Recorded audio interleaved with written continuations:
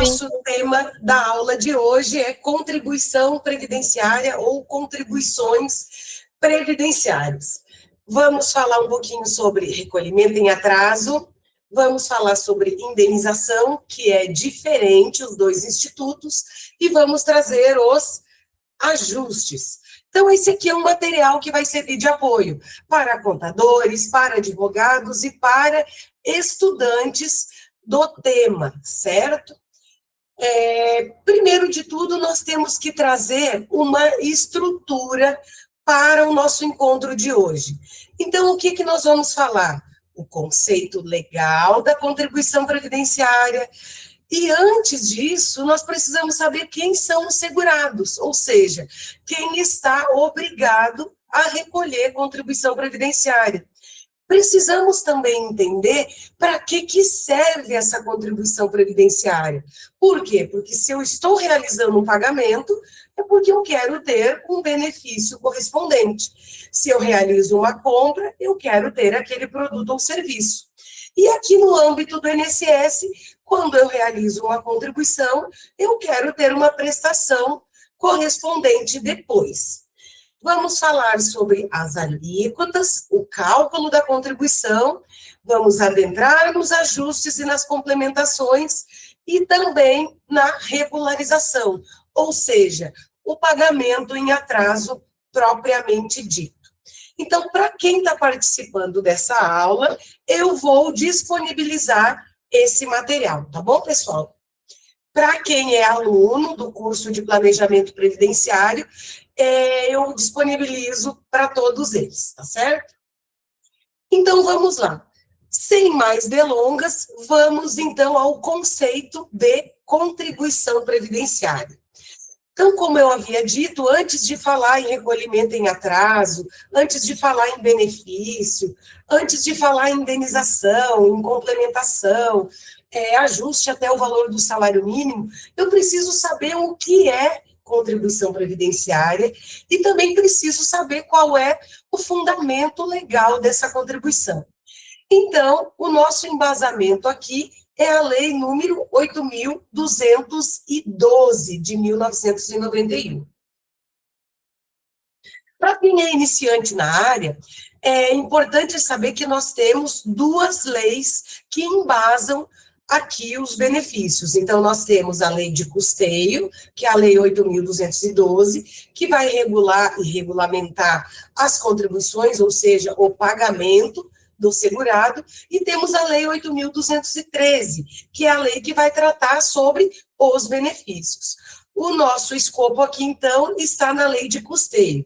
A lei 8.212, então, lá no artigo 3º, ela prevê que a Previdência Social, ela tem por objetivo assegurar aos beneficiários, né, ou aos segurados, os meios indispensáveis de manutenção, por motivo seja de incapacidade, idade avançada, tempo de serviço, desemprego involuntário. E nós temos aqui o que importa para o nosso tema de hoje, a linha A do parágrafo único desse artigo 3º. Então, a organização da Previdência Social, ela vai atender a diversos benefícios, ou seja, diversos princípios, perdão. A universalidade de participação nos planos, ou seja, os benefícios são estendidos a quem contribuir para a Previdência Social. Então, para que eu faça jus a algum benefício, eu preciso efetivamente realizar um pagamento. Como a gente costuma dizer, aquelas pessoas que não realizam contribuição e recebem alguma prestação da Previdência, elas não estão amparadas aqui na Previdência Social. A gente vai lá para a ordem da assistência social, que não é o tema da nossa aula de hoje, certo? Então, quem são os segurados obrigatórios, ou o contribuinte obrigatório? Quem está obrigado por lei a recolher contribuição para a Previdência Social ou para o INSS, que é o nosso recorte de hoje. Nós temos, então, diversos segurados. Nós temos o segurado empregado, nós temos o empregado doméstico, nós temos o trabalhador avulso e temos também o contribuinte individual. O contribuinte individual, de acordo com a legislação previdenciária, é toda aquela pessoa que exerce uma atividade por conta própria, seja um empresário, um titular de firma individual, né, de sociedade individual de advocacia, como é o caso aqui de alguns dos nossos alunos, um profissional liberal que não tem empresa. Então, aquela pessoa que tem uma empresa, que é titular de empresa, que é sócio de empresa, recolhe pelo Prolabore, ou aquela pessoa que recolhe através de um carnê. Então, um prestador de serviço, o profissional liberal, como eu falei agora há pouco. Fora disso, nós temos, então, aquelas pessoas que exercem atividade, mas que a contribuição não é responsabilidade dela, como no contribuinte individual. Então, eu, como contadora, conforme eu presto serviço, dentre as minhas diversas atividades, se eu realizo o cálculo de um processo para um advogado, eu estou prestando serviço para uma pessoa física ou jurídica, e sobre aquele valor do serviço prestado, eu devo recolher a minha contribuição. Se eu sou convidada por uma instituição para ministrar aulas na pós-graduação ou um curso, essa empresa vai realizar o desconto da minha contribuição e vai fazer o pagamento junto com a folha de pagamento. Se eu sou contratada por uma empresa, mediante registro na carteira de trabalho, para desempenhar determinada função, a contribuição previdenciária também não será minha obrigação, será obrigação do meu empregador. Então, é muito importante que a gente saiba quem é o responsável pelo pagamento, para que a gente entenda também com relação à contribuição em atraso. Por quê? Porque quem deve é quem pode pagar em atraso. Então, se eu sou um profissional liberal e estou realizando as minhas contribuições através de um carnê, por motivos qualquer, eu deixei de fazer esse pagamento em dia, então é minha responsabilidade fazer esse pagamento em atraso. Por outro lado, se eu tenho um registro em carteira, a responsabilidade pelo pagamento dessa contribuição não é minha, é do meu empregador. Então, se por algum motivo ele deixou de recolher essa contribuição, ele é que precisa fazer esse acerto, essa regularização ou esse ajuste, ok? Então, a pessoa que é responsável, ou a empresa que é responsável pelo pagamento da contribuição, também é responsável pela regularização. Se o meu empregador não recolheu a contribuição, a obrigação de fazer esse pagamento em atraso não é minha. Então, a obrigação de comprovação também não é minha. A minha obrigação, enquanto segurado, perante um processo administrativo, por exemplo, é comprovar que eu tinha esse vínculo. Vamos imaginar que eu fui contratada por uma empresa para trabalhar durante um período, vamos supor, de 2000 a 2005. Teve um registro em carteira, e por um determinado período, de 2004 a 2005, essa empresa não recolheu a contribuição. Eu vou fazer, perante um procedimento administrativo, a comprovação de que eu era funcionária dessa empresa.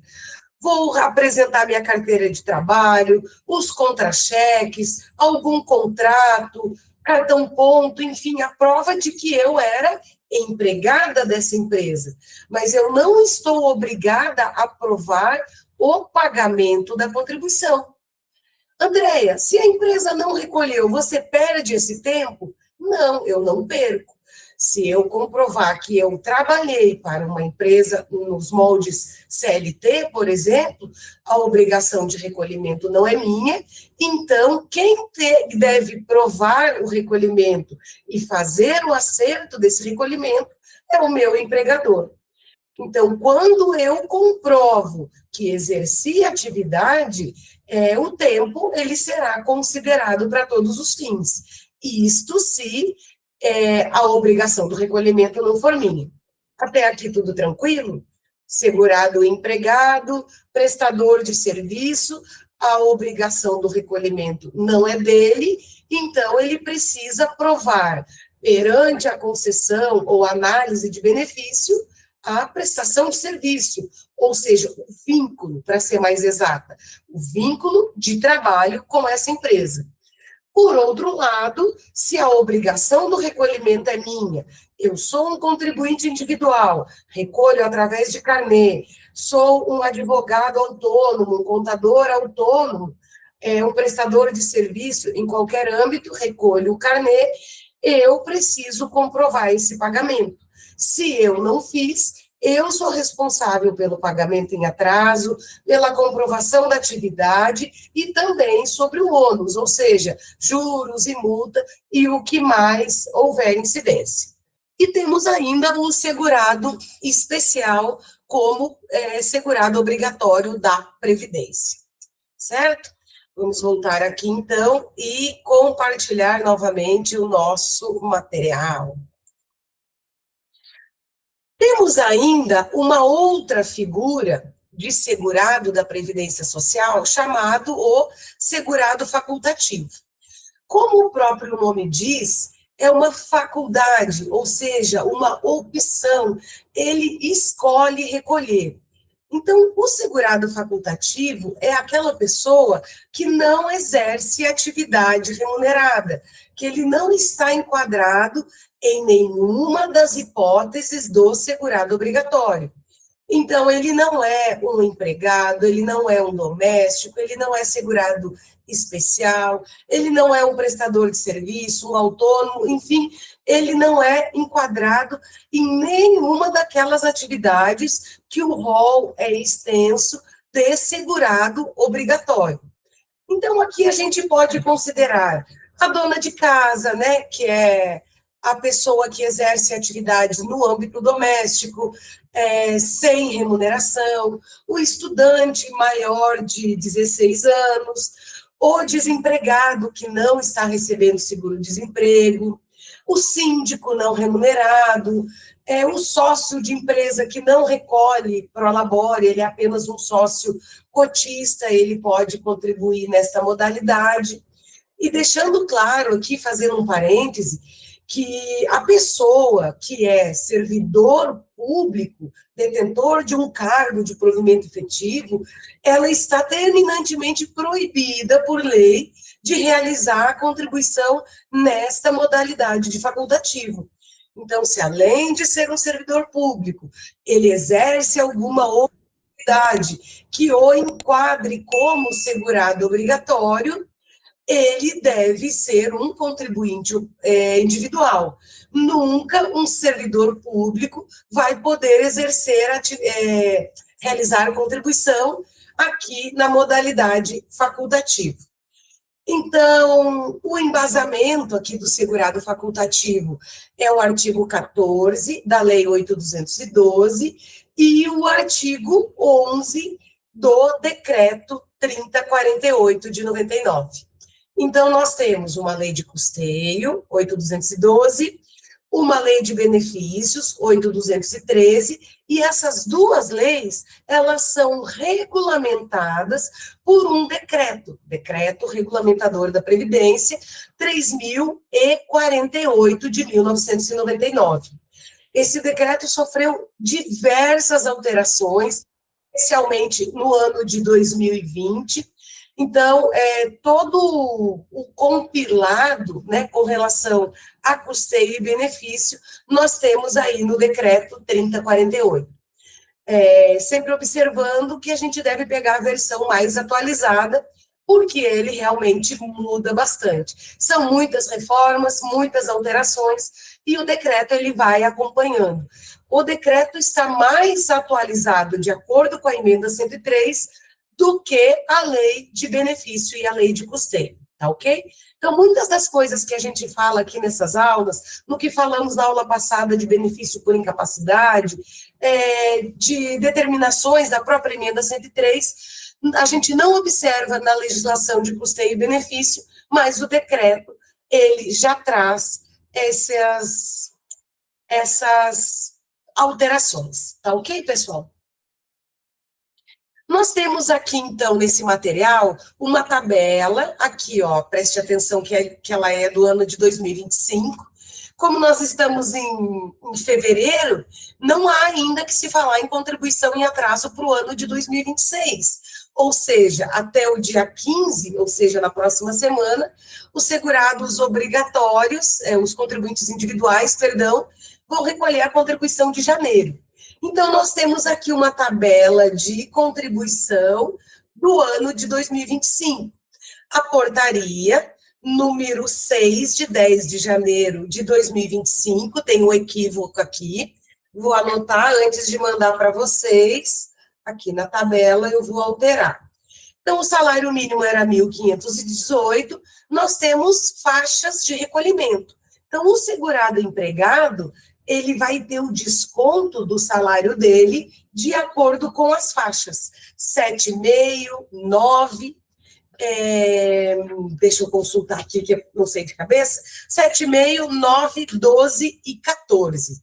Então, até 1.518, ele recolhe 7,5%, de 1.518 a 2.793, ele vai recolher 9%, na terceira faixa aqui, até 4.190, ele recolhe 12%, e a partir desse valor, até o teto do ano passado, que era R$ 8.157, ele recolheria 14%, certo? A tabela, essa portaria, perdão, número 6 de janeiro de 2025, além de trazer essa tabela com as faixas de recolhimento da contribuição do segurado empregado, ela vai trazer o valor do salário mínimo do ano, também o teto, e ela vai trazer o fator de reajuste dos benefícios da Previdência. Então, é uma portaria que abrange ali várias alterações para aquele ano vigente. Para o ano de 2026, a portaria é de número 13. Então, ela traz as tabelas do segurado empregado, valor de salário mínimo, valor de teto, e também o reajuste dos benefícios previdenciários do ano de 2026. Nós temos, então, algumas formas diferentes de recolhimento. Como eu falei, o segurado empregado, ele vai ter a sua contribuição descontada e recolhida pelo empregador. Vamos agora afunilando e chegando mais próximo ao tema da nossa aula. Contribuinte individual e facultativo. Vamos trabalhar aqui com aquela pessoa que recolhe por carnê ou através do Prolabore, se ele for um sócio de empresa, certo? Qual que é a alíquota padrão da Previdência? 20%. Então, eu vou realizar o pagamento de 20% entre o valor do salário mínimo, que ano passado era 1.518, a partir de janeiro de 2026 é 1.621, 20%, até o limite do teto máximo. Ano passado era R$ 8.157,41, a partir de 2026, esse teto foi para R$ 8.475,55. Não é necessário vocês fazerem essas anotações, porque esse material vai ser compartilhado com vocês, tem o número da portaria, valor de salário mínimo e teto. Qual seria o correto quando eu estou falando de contribuinte individual, especialmente ali um prestador de serviço ou um profissional liberal? Vamos trazer aqui para o meu caso. eu realizo diversos serviços dentro do mês. Eu faço um cálculo lá para o escritório do doutor Fernando, eu faço uma consultoria lá para o escritório da doutora Clécia, eu faço um outro cálculo lá para o escritório da doutora Alessandra. Quando chegou o final do mês, eu vou fazer o levantamento de todo o valor que eu auferi dentro daquele mês. Então, vamos imaginar que eu cobro R$ 100 por cada um desses serviços. Realizei 3 serviços dentro do mês, então eu auferi dentro do mês R$ 300, certo? Desconsiderando aqui o que é salário mínimo e teto. Então, eu pegaria esses R$ 300 e multiplicaria por 20%. Se eu fiz mais serviços, cheguei lá a R$ 3.000, vou pegar os R$ 3.000, multiplicar por 20%, 2 vezes 3, 6, e vou fazer um recolhimento de R$ 600. Na prática, acontece isso, Andréia? Quase nunca não. Então, o correto seria, o profissional, aqui o contador, o advogado, ele vai fazer o levantamento de todos os RPVs que ele recebeu no mês, todas as consultorias que ele realizou no mês, e até o teto máximo, ele vai pagar 20%, certo? Ou ele faz, dentro da empresa, faz um acerto ali da média de recolhimento ou de retirada, né, de prolabore, e aí ele recolhe lá pela empresa o percentual de 11% ou 20%. Vai depender da modalidade da empresa, se lucro real, lucro presumido, empresa no simples. Não vamos entrar nesse escopo hoje, ok? Contribuinte individual através do carnê, alíquota padrão 20%. Então, nós temos uma alíquota diferenciada equivalente a 11%, e também uma outra alíquota de 5%. Qual que é o grande detalhe aqui? Essas duas alíquotas, elas são incidentes exclusivamente sobre o salário mínimo. Então, a alíquota padrão de 20%, eu posso recolher entre salário mínimo e teto. Então, eu tenho um universo grande. Entre 1.621 e 8.455, eu posso escolher o valor. Ou, né, dentre aquilo que eu tive de remuneração no mês, eu vou aplicar os 20%. Quando eu escolho recolher no patamar de 11% no carnê, esse 11% é exclusivamente sobre o salário mínimo. Eu não posso ser um contribuinte individual na modalidade carnê, pagar 11% sobre 2.000, 3.000, 5.000 ou o teto máximo, ok? Então, esta contribuição diferenciada é exclusivamente para um salário mínimo. Outra questão que nós precisamos ter ciência é que, ao optar por recolher 11% ou 5%, eu automaticamente estou abrindo mão da aposentadoria que nós conhecemos por tempo de serviço. Eu serei um segurado da Previdência Social, poderei receber benefícios de auxílio por incapacidade temporária, deixar pensão por morte, receber aposentadoria por idade. Mas aposentadoria por tempo de contribuição, ou conhecida antigamente como tempo de serviço, eu não terei direito. Escolhi recolher 11 ou 5, automaticamente eu abro mão desta modalidade de aposentadoria, certo? Então, esse é o requisito básico, abrir mão da aposentadoria por tempo e a incidência exclusivamente sobre um salário mínimo, certo? Atualmente, R$ 1.621. Então, a alíquota reduzida, como eu vinha falando, ela é exclusivamente sobre um salário mínimo, ok? E eu excluo a aposentadoria por tempo de contribuição. Aí nós vamos entrar agora exatamente no tema que o doutor Fernando questionou. o que vem a ser complementação de alíquota e para que serve.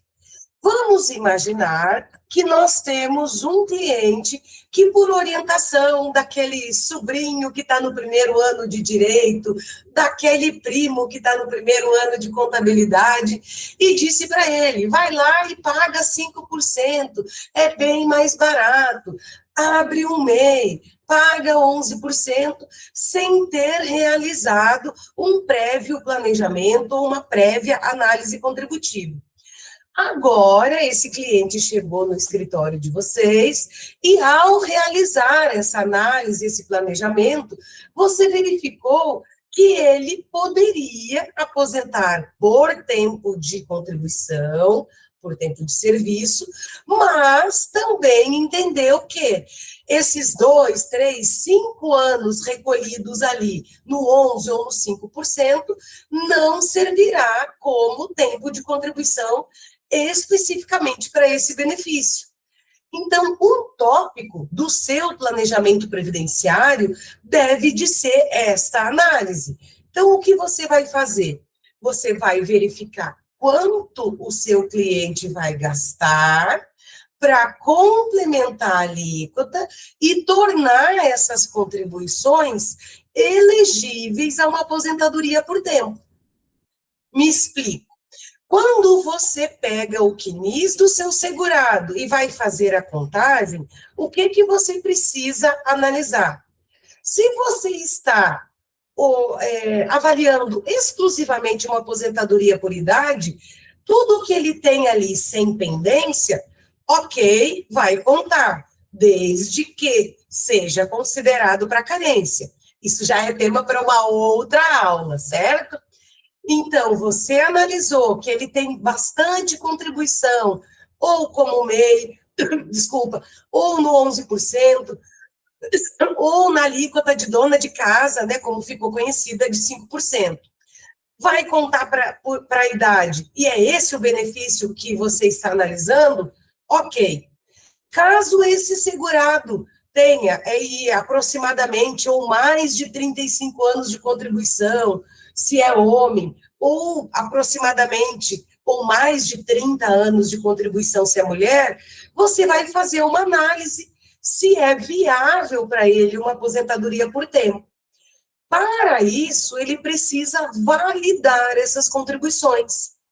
Então, você vai incluir lá na contagem tudo que ele tem de carteira assinada, o que ele tem de contribuição de individual no patamar de 20%, o que ele tem, por exemplo, de outras atividades, uma CTC, porventura, que ele traga no regime próprio, e você vai simular este tempo de contribuição. Se você verificar que sim, ele implementa o requisito para uma aposentadoria mais rápido, antes da idade, ou ele de fato quer aposentar por idade, você vai informar para o seu cliente que esse período de contribuição precisa ser validado. Como eu valido? Complementando a alíquota. Então, lembrando que ele se inscreveu na Previdência, ou ele contribuiu para a Previdência, na modalidade de 11% ou 5%. Essa modalidade é exclusiva para quem vai recolher até um salário mínimo. Caso ele queira que essas contribuições sejam validadas para uma aposentadoria por tempo de contribuição, ele precisa que a alíquota seja de 20%. Então, o que eu vou fazer? Na prática, se ele recolheu 5%, quem que é o 5%? Basicamente, o MEI e a dona de casa que pagou no 5%, que é aquela baixa renda. Então, ele terá que recolher 15% sobre um salário mínimo. Ou seja, ele pagou 5%, o que falta? A alíquota correta é 20%, então ele está devendo 20%, 15%, perdão. 15% do quê? De um salário mínimo, porque essa contribuição ela não pode ser superior ao salário mínimo.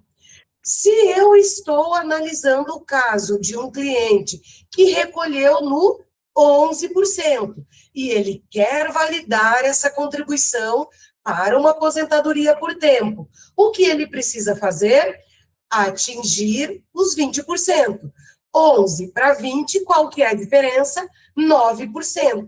Então, ele precisa recolher 9% de um salário mínimo, com as devidas atualizações monetárias, ok? Então, aqui nós temos o Instituto de Complementação de Alíquota.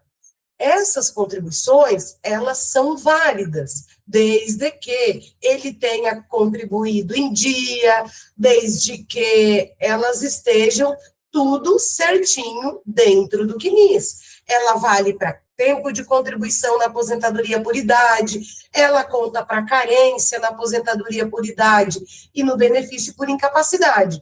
Ela só não conta na aposentadoria por tempo. Então, para eu transformar, eu preciso contribuir, ou seja, validar, aumentando a alíquota. Certo? Até aqui? Então, o segurado recolheu uma alíquota, tudo certinho, o pagamento dele foi feito em dia, está tudo certo. Ele apenas quer validar essa contribuição para efeitos de tempo de contribuição, ok?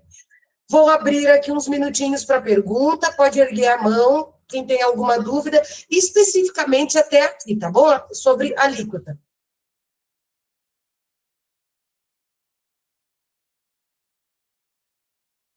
Doutora Mônica, pode abrir o seu microfone.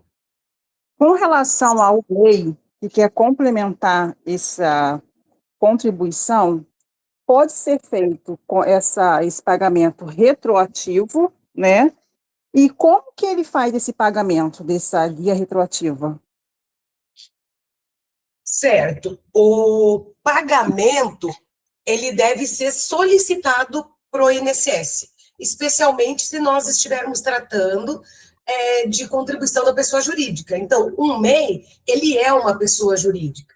Então, quando você não tem essa opção de fazer esse acerto lá dentro do meu INSS, qual que é o procedimento? Você vai para o 135 ou você abre um processo administrativo, ok? Não vamos nos alongar em processo administrativo aqui para não fugir do tema da aula, certo? Mas, via de regra, você vai fazer o pedido. Liga para o 135, pede as informações, vai abrir um procedimento e lá dentro daquele processo o INSS vai fazer a tramitação, pedir documentos e emitir a guia, ok? Doutora Clécia ergueu a mão, pode perguntar, por favor? Oi, professora, bom dia. Bom dia. Essa complementação eu só posso fazer para também um salário mínimo, né? Exatamente. Então, quem contribuiu no 11 e no 5, ele contribuiu até um salário mínimo. Então, eu não vou mudar a base de cálculo da contribuição dele. Então, aqui eu estou trabalhando exclusivamente com a alíquota. Então, eu vou aumentar o percentual de cálculo da contribuição. Não vou mexer com o valor. Então, uma contribuição que ela tem uma base de cálculo e um percentual, aquele porcento ali, quantos por cento eu vou pagar. No caso de complementação de alíquota, a única coisa que eu vou mudar aqui é do 5 para o 20 e do 11 para o 20. E essa contribuição, ela se mantém na base já realizada, ou seja, um salário mínimo, certo? Vamos imaginar que esta pessoa, este MEI, para ficar mais claro aqui, nós temos uma pessoa que ele é MEI e contribuiu ali no 5%. Mas ele consegue comprovar que, além de ser MEI, vamos imaginar a contabilidade eu não posso exercer como MEI, mas eu tinha uma outra atividade ali, eu era esteticista e tinha um MEI, pagava ali. Passei, né, terminei a faculdade e comecei a fazer serviços contábeis, como uma profissional liberal. Isso me enquadra como uma segurada obrigatória. Então, eu deveria recolher contribuição sobre a renda minha de contabilidade. Então, eu deveria pagar um carnezinho. Então, fiz serviços contábeis no patamar de 2.000. O que eu devo para o INSS? 20% desses 2.000, R$ 400. Então, esse 20% do 2.000, ele pode contar para uma aposentadoria por tempo. Mas aquele 5% do MEI não conta. Se eu quero que aquela contribuição do MEI some, então o que eu vou fazer? Eu preciso torná-la apta a contar numa aposentadoria por tempo. Então, eu complemento a contribuição do MEI até um salário mínimo para depois somar com a outra categoria de filiação que eu tenho. São situações distintas. Então, nesse âmbito, nós vamos encontrar milhares e milhares de situações. Então, nós temos que analisar a filiação do nosso cliente isoladamente, se ele contribui em mais de uma forma, certo? Ele pode ser um servidor público e contribuinte individual, ele pode ser um servidor público e um seletista, ele pode ter dois empregos como seletista, ele pode ser seletista e MEI, seletista e contribuinte individual. Então, nós temos aí uma infinidade de situações. Então, precisamos avaliar cada uma delas, ok? Para quê? Para que o melhor serviço possível para o nosso cliente. Então, a gente vai analisar aqui nessa aula situações isoladas, para que depois, lá no escritório, eu consiga aplicar essa situação, ok? Até aqui, então, falamos de complementação de alíquota. A fórmula de complementação, como eu falei para vocês, é o percentual, a diferença entre 5 para 20 ou 11 para 20, ok?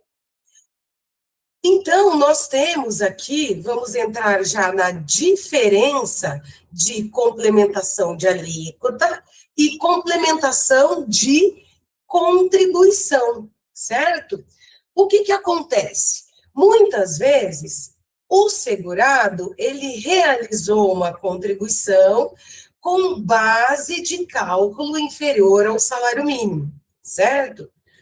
É muito comum acontecer isso em fevereiro, na competência fevereiro. A pessoa não se atentou que o salário mínimo mudou, e aí lá em março ela pagou o carnezinho pelo mesmo valor que ela estava pagando ano passado.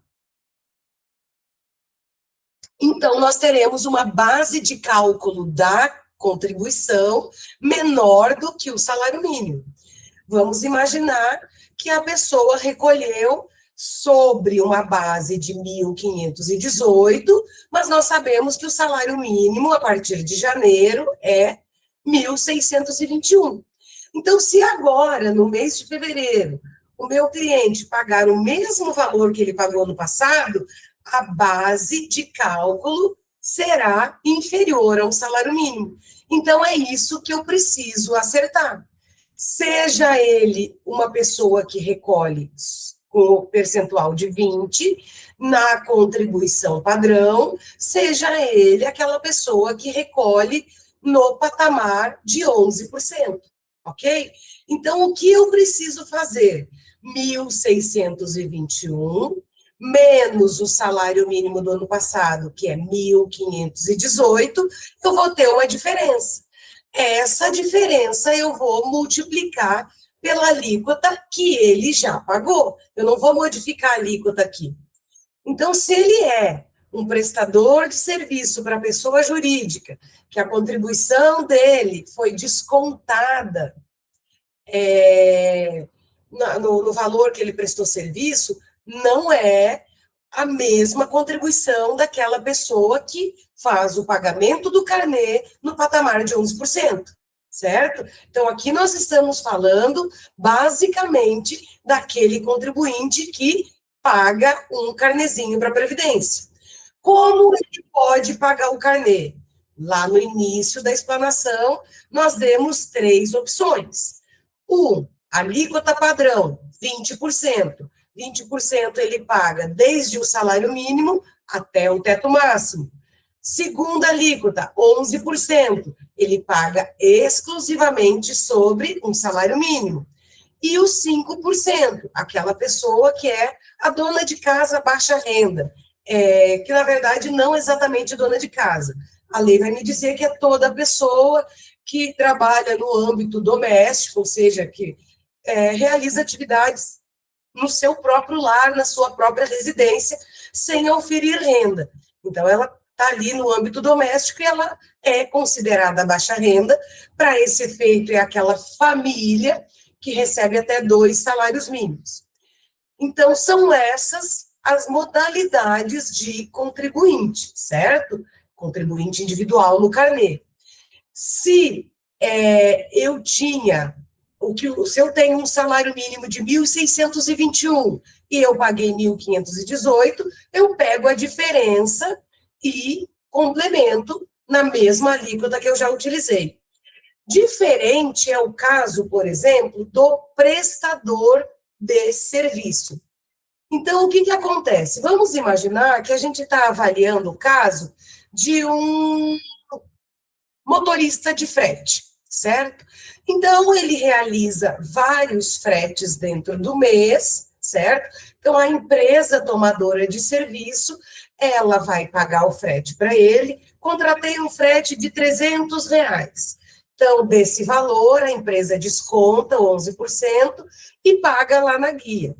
A partir da emenda 103, o que nós temos? Não é considerado tempo de contribuição nem carência o valor, a base de cálculo inferior a um salário mínimo. Então, se esse motorista, ele fez apenas este frete, o que ele vai ter de contribuição dentro do mês? Apenas aquela base de cálculo de R$300. Se ele deixar dessa forma, esse valor ficaria perdido, ou seja, não conta como tempo de contribuição, não conta como carência e não entra lá na hora de fazer o cálculo da média. O que acontece? A emenda 103, né, que trouxe a reforma da Previdência, ela vai dizer que este segurado, ele está obrigado a complementar a contribuição, ou ele perde esse valor. Então, aí nós temos uma modalidade de complementação para atingir o valor do salário mínimo, que é diferente de quem quer complementar a alíquota. No primeiro caso, as contribuições são válidas, elas são aptas à concessão de aposentadoria por idade e benefício por incapacidade. Eu vou validá-las exclusivamente para aposentadoria por tempo de contribuição. Aqui, especialmente falando de contribuição realizada depois da reforma da Previdência, eu tenho um valor que foi pago para o INSS, mas que não está sendo considerado, nem como tempo, nem como carência. Então, eu preciso complementar a base de cálculo para que ela atinja o valor do salário mínimo e, então, possa ser apta para ser considerada como tempo, como carência, para qualquer benefício da Previdência Social. Se eu estou complementando até o salário mínimo na alíquota de 11, eu continuo abrindo mão da aposentadoria por tempo de contribuição, certo? Então, aqui são institutos diferentes de pagar a contribuição atrasada ou de pagar, indenizar, né, a contribuição. Aqui nós estamos falando exclusivamente dos ajustes criados com a emenda 103, certo? Então, é uma complementação de alíquota para que seja válida para aposentadoria por tempo de contribuição, ou uma complementação base de cálculo para que seja considerada como tempo de contribuição. Ok?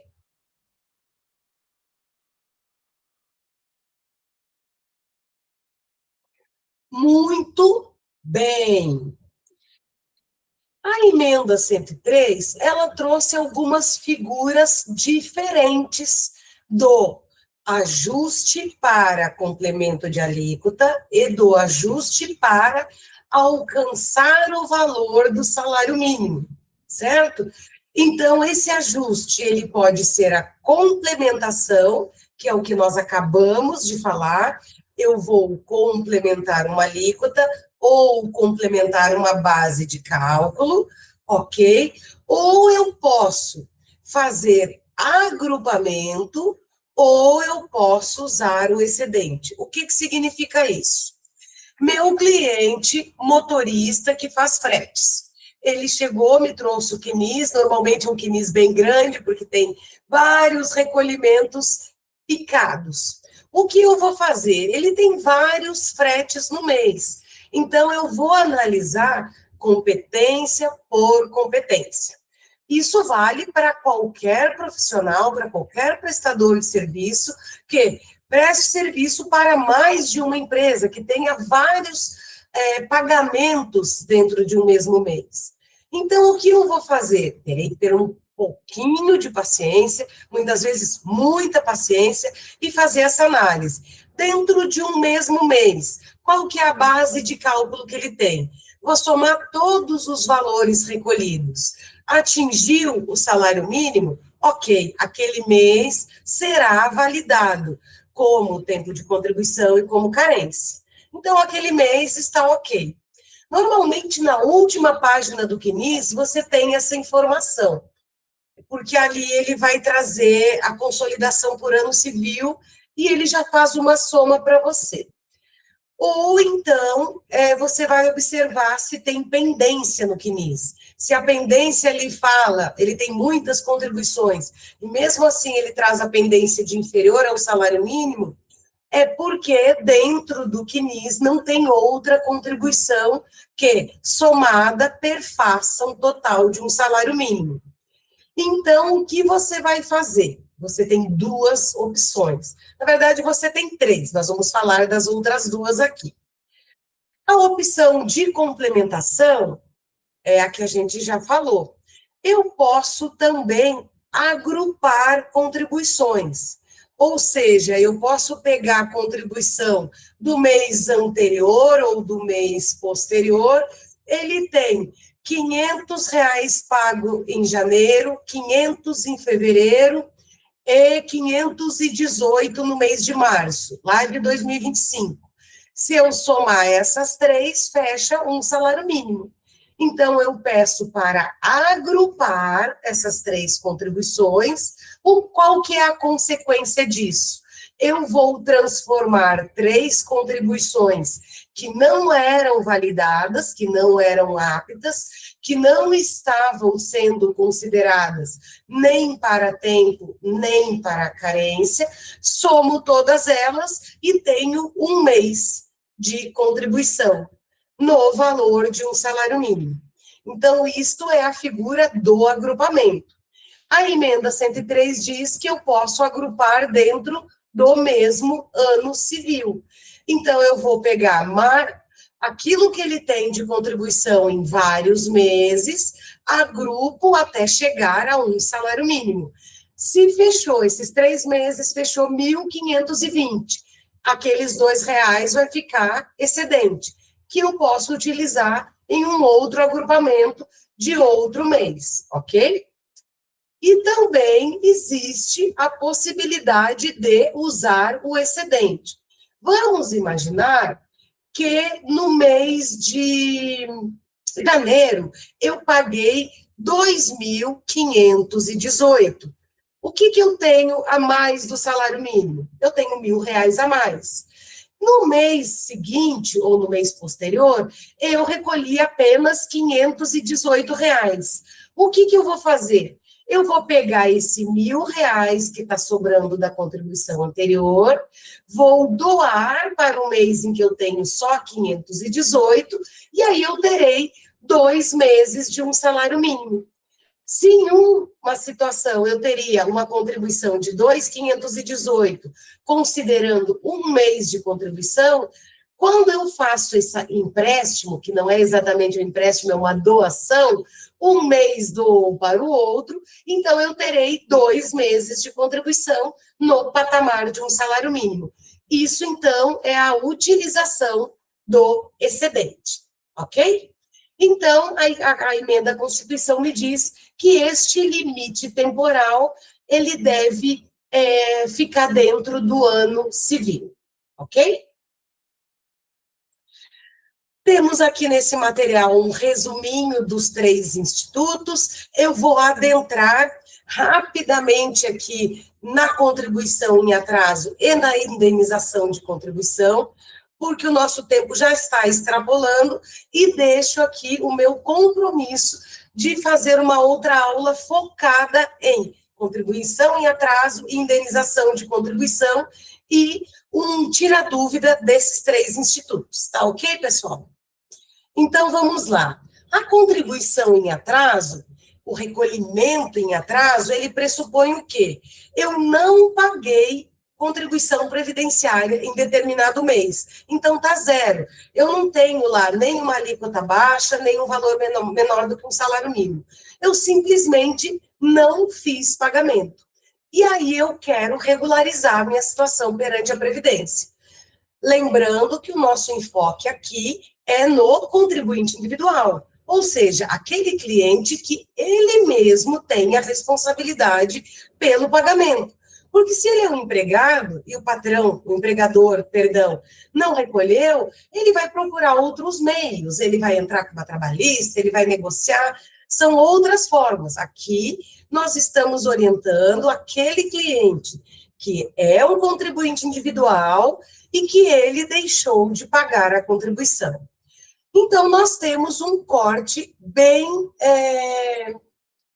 como é que eu vou dizer, um marco temporal que vai dividir esse contribuinte individual. Se ele deixou de pagar contribuição dentro dos últimos 5 anos, nós estamos falando de pagamento em atraso. Para quem é contador, nós vamos pensar na situação de recolhimento de acordo com a competência do débito. Ou seja, eu vou verificar o salário de contribuição do mês em que ele não recolheu, vou apurar a contribuição devida e fazer incidir juros, multas e todos os encargos pertinentes, certo?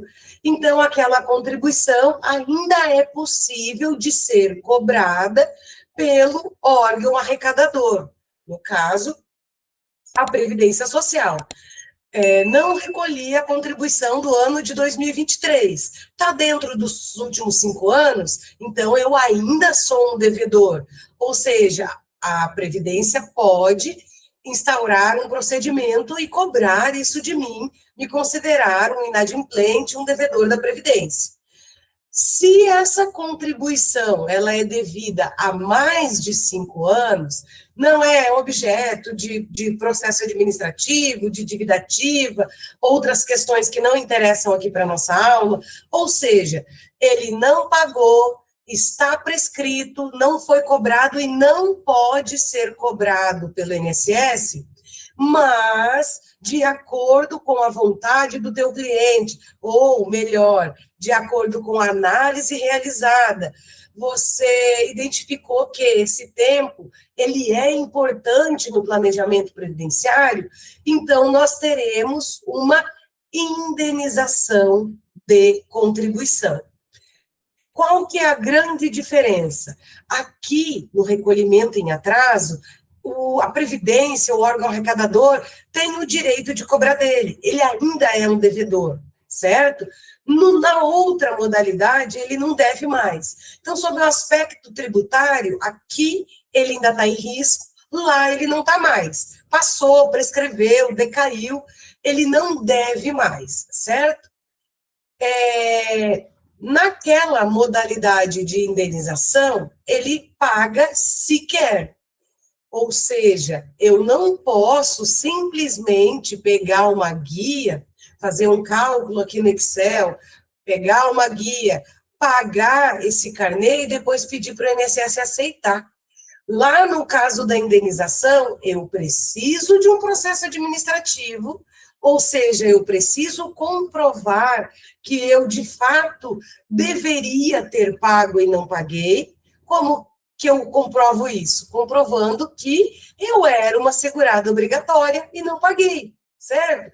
É como se eu tivesse que provar que naquela época eu era devedora. Então, eu era uma segurada obrigatória, eu exercia atividade, eu provo que eu deveria ter pago e não paguei. Como está prescrito, eu peço uma autorização para o INSS para que eu pague esse valor e ele utilize isso na concessão de um benefício. Aqui, via de regra, eu consigo efetuar esse cálculo direto lá no site da Receita Federal. Não está prescrito, eu entro lá no sistema, no SICAL, se não me falha a memória, e eu realizo a simulação desses valores, né, para a época em que foi devido, e consigo saber quanto o meu cliente deveria recolher para ficar quites com a Previdência Social, certo? Então, nós precisamos ter em mente, que também é tema para uma outra aula, talvez até maior do que essa, que tempo de contribuição não é igual à carência. Então, nós precisamos ir lá na legislação previdenciária e saber qual o conceito de tempo de contribuição, qual o conceito de carência. Via de regra, a carência é o número mínimo de contribuições necessárias a fazer jus a um determinado benefício. E, via de regra, isso é pagamento, não é só serviço comprovado, como, por exemplo, a prestação do serviço militar obrigatório. Eu conto como tempo, mas não é carência. Claro que existem discussões judiciais, a gente não vai entrar nesse âmbito. Então, eu preciso, quando eu estou analisando um benefício previdenciário, saber o que é tempo de contribuição, o que é carência, e saber qual é o requisito para cada um dos benefícios. Então, eu vou lá na legislação de custeio e vou analisar o que eu preciso para uma aposentadoria por idade, carência, o que eu preciso para uma aposentadoria por incapacidade permanente. Não preciso de idade, mas preciso ser segurado, ter uma carência e uma incapacidade. Então, de acordo com a hipótese de incidência de cada um dos benefícios que você vai buscar lá na legislação previdenciária, você vai entender se é prudente ou não orientar o seu cliente, seja aqui no recolhimento em atraso ou na indenização de contribuição. Ok, pessoal? Eu vou abrir aqui uns 10 minutinhos para perguntas. Esse material vai ser disponibilizado. Teremos uma aula somente para cálculo da contribuição e da indenização, que é o que muitos me pedem, né? Como eu calculo a indenização? Por quê? Porque a alíquota, porque a complementação, porque a contribuição em atraso, nós, se tivermos ali um pouquinho de paciência, de tempo, a gente dá uma pesquisadinha e consegue fazer. Seja lá dentro do meu INSS, um ajuste de alíquota, um ajuste até o salário mínimo, seja a contribuição em atraso não prescrita, a gente pode fazer lá no site da Receita Federal, mas a indenização previdenciária, você precisa pedir essa autorização para o INSS. Então, antes de pedir, talvez o seu cliente queira saber quanto ele deveria pagar, para entender se ele tem condições e também a gente, enquanto planejador, avaliar se esse desembolso, se esse investimento faz sentido para o valor do benefício que ele vai receber. À guisa de conclusão, né, sem exatamente concluir na profundidade a matéria, mas a conclusão deste nosso encontro, qual que é a orientação? Leia o CNIS. Mesmo que você utilize algum sistema para contagem, para cálculo de média, faça a leitura e análise desse CNIS. Entenda as pendências que tem ali. Né? Vocês que já são alunos, têm uma ferramenta, né? Se você conhece Excel, faz a contagem de tempo para que você tenha como analisar com o recolhimento, sem o recolhimento, com a validação, sem a validação. Você pode fazer várias simulações. No âmbito de sistemas de cálculo, se você já trabalha com ele há bastante tempo e conhece as normas, você pode fazer isso. Faz uma contagem considerando o tempo, não considerando, simulando que ele recolheu em atraso, sem o recolhimento em atraso. Então, você vai fazer várias contagens para analisar a melhor situação para o seu cliente. Depois, você vai fazer o levantamento documental, ou seja, constatei que recolher em atraso ou indenizar um período realmente é vantajoso para o meu cliente. Ele está disposto a pagar essas contribuições em atraso. Então, eu vou fazer o levantamento da documentação comprobatória dessa atividade, para então entrar com o processo administrativo.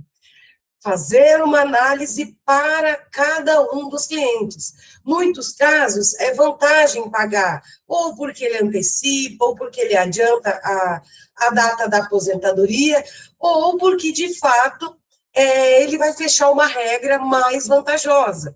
Em alguns casos, não vai fazer diferença, porque ele tem que esperar a idade, certo? E sempre analisar estrategicamente o que é vantagem para cada cliente. Repito, absolutamente nenhum cliente é igual ao outro.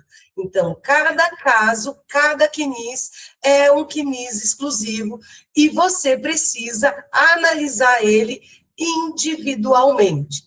Faça uma ficha de entrevista, faça uma entrevista bem detalhada e bem demorada com esse cliente, que vai ser a metade do caminho para toda análise, seja um planejamento, seja um cálculo, seja qualquer serviço que você vai prestar no âmbito dos benefícios previdenciários, certo? Agradeço a presença de todos. Aquele que é aluno vai receber ainda hoje o material que a gente utilizou nessa aula, e aquele que quer saber como se tornar um aluno da professora, vai deixar uma mensagem embaixo desse vídeo ou vai entrar em contato através das nossas redes sociais. Até a próxima aula, pessoal!